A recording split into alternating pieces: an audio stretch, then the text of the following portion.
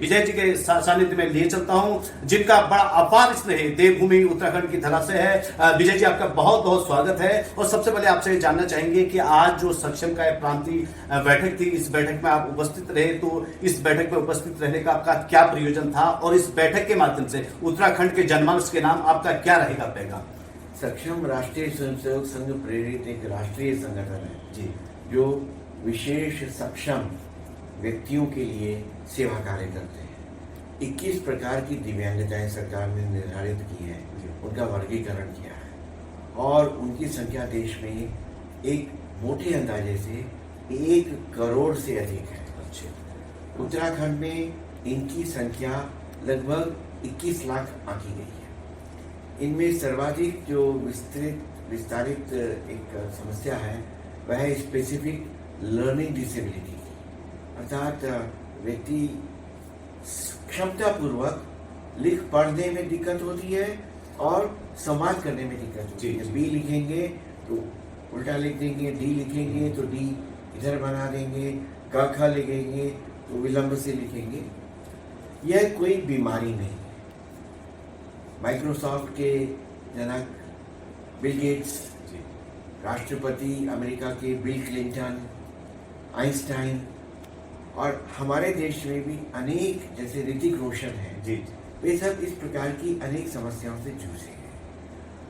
अब समस्या ये है कि समाज में इसके लिए समता युक्त सम्मान और समानता का बोध कैसे पैदा किया। इन्हें दया नहीं चाहिए, सहानुभूति नहीं चाहिए, बेचारगी नहीं चाहिए। ये बेचारे ऐसे हैं, इनके लिए कुछ कर दें, जन्मदिन पे इनके लिए कुछ कर दें, ऐसा नहीं। इनको समानता का इक्वल अपॉर्चुनिटी चाहिए। तो पूरे देश में हमारे भैया जी जोशी, चंद्रशेखर जी और अनेक ऐसे महापुरुषों ने सक्षम को स्थापित किया। सबसे पहले ये नागपुर में स्थापित हुआ।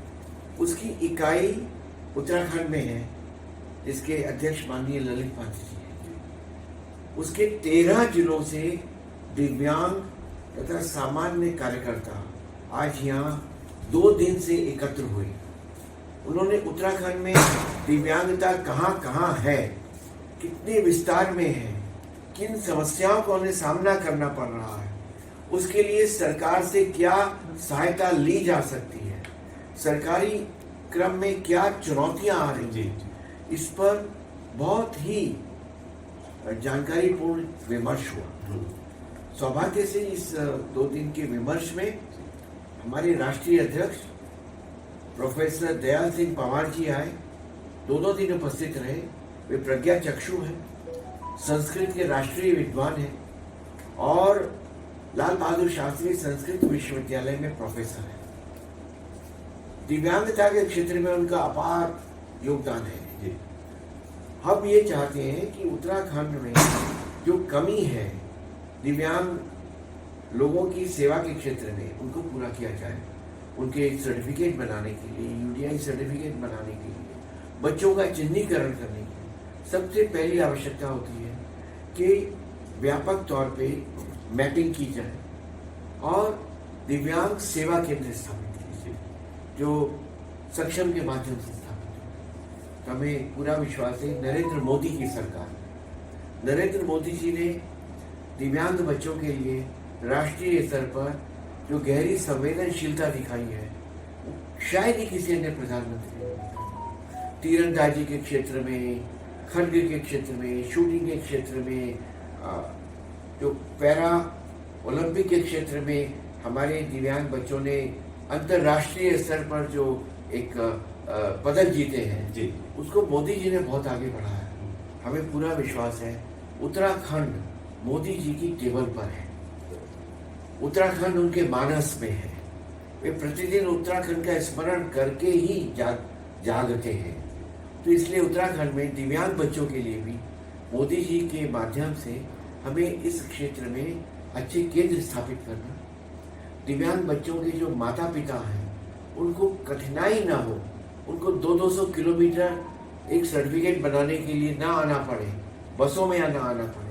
यहाँ के भवन, यहाँ के वाहन, यहाँ के स्टेशन, यहाँ की ISBT दिव्यांग मित्र बने, जहां दिव्यांग जन ठीक से चढ़ सके, आ सके, उनके लिए विशेष सहायता केंद्र बने। इस प्रकार की योजना माननीय ललित पंत जी के मार्गदर्शन में और दयाल सिंह जी के इसमें हम लोग करने का विचार करते हैं। हमारा जनजातीय विद्यालय देहरादून में, जिसका प्रधानमंत्री अटल बिहारी वाजपेयी जी ने उद्घाटन किया था, वहीं पे हम दिव्यांग सेवा केंद्र की भी स्थापना का एक संकल्प लेके जाओगे।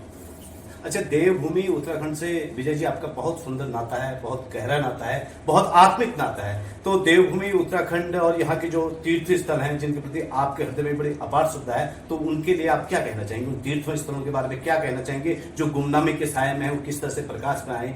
तो उन तीर्थों के लिए आप 2 शब्द देखिए, उत्तराखंड भारत माता के माथे पर चंदन के तिलक के समान शोभायमान तिलक है। उत्तराखंड के बिना भारत की परिभाषा नहीं, उत्तराखंड के बिना भारत का परिचय नहीं। संपूर्ण पृथ्वी पर जितने सनातन धर्मी हैं, वे उत्तराखंड में आए बिना उनका जीवन अधूरा रहता है। यह भूमि वैदिक काल की भूमि है और यहाँ पर हजारों वर्ष पुरानी धरोहर है। मैं आपको बताऊं, उत्तराखंड में इसका परिचय मिलना चाहिए। यहाँ की पाठ्य पुस्तक जी, मैं नेशनल मॉन्यूमेंट अथॉरिटी का राष्ट्रीय चेयरमैन था। उत्तराखंड में पुरोला और बड़गांव, जो कालसी के पास, वहां पे 3री शताब्दी अर्थात आप समझिए कि 2-2.5 हजार वर्ष पुराने यहाँ उत्तराखंड में अश्वमेध यज्ञ हुए और 4 अश्वमेध यज्ञ हुआ। राजा शील वर्मन ने की। ब्राह्मी लिपि में, संस्कृत भाषा में 270 से अधिक वहां से ईंटें मिली हैं। वे ईंटें सफदरजंग के मकबरे के गोदाम में अंधेरे में ताले में है। उसके इस हेरिटेज सेंटर में जाने के लिए, जो राष्ट्रीय स्मारक घोषित हुआ, वहां तक जाने के लिए पहुंच मार्ग नहीं है। यह अंतर्राष्ट्रीय सम्मेलन हो सकते हैं, अंतर्राष्ट्रीय आर्कियोलॉजिकल इंटर्न्स और सर्वेयर और टूरिस्ट आ सकते हैं। ईसा शताब्दी पूर्व का जी अश्वमेध यज्ञ का स्थान पुरोला में है। बहुत बड़ी बात बताई। वह मिट्टी से ढका हुआ है। उसके चारों तरफ 300 मीटर तक लोगों को कोई भी निर्माण करने की अनुमति नहीं है। उसके विषय में परिचय मिले, लोगों को परिचय मिले, स्थानीय वहां पे प्रतिवर्ष एक राष्ट्रीय सम्मेलन हो, ताकि लोगों को पता चले कि उत्तराखंड उस अश्वमेध यज्ञ की स्थली भूमि है जो देश में अन्य कहीं नहीं है। यहाँ जो कालसी के पास अश्वमेध यज्ञ का स्थान है, वह श्वेन चिटी अर्थात फ्लाइंग गरुड़, उड़ते हुए गरुड़ की शक्ल में वहां पे यज्ञ वेदिका बनी है, जो भारत में कहीं नहीं है। अपने आप में दुर्लभ होगा बहुत। 2, तीसरा, यहाँ पर रानी कर्णावती हुई, जिन्हें कटिया रानी भी कहते हैं। मुगलों के उन्होंने नाक कान काटे और मुगलों को उत्तराखंड की पवित्र भूमि में घुसने नहीं दिया, परंतु वे अद्भुत इंजीनियरिंग विशारद थी। देहरादून में उनके द्वारा निर्मित बैराज है। अच्छा।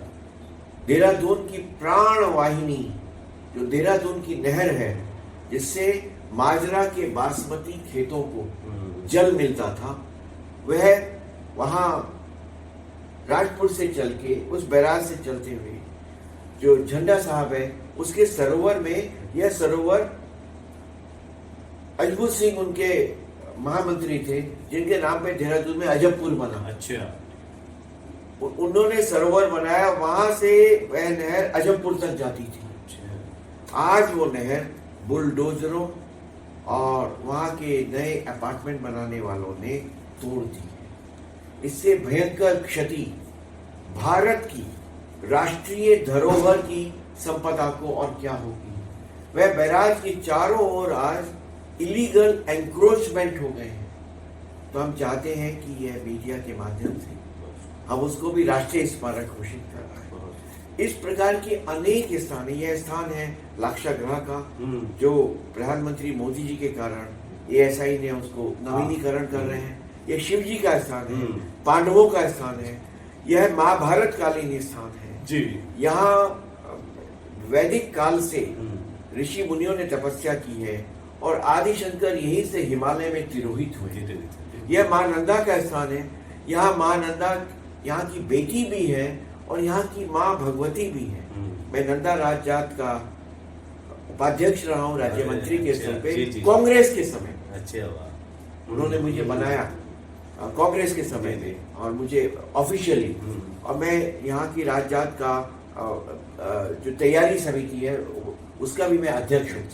तो हम लोग चाहेंगे कि यह इस बार की राज जात अंतर्राष्ट्रीय स्तर पर इसका प्रचार हो और हम इसमें प्रयास करें। चलिए, बहुत सुंदर बातें विजय जी आपने बताई, आपने अपना अमूल्य समय हमें प्रदान किया, इसके लिए आपका बहुत बहुत धन्यवाद।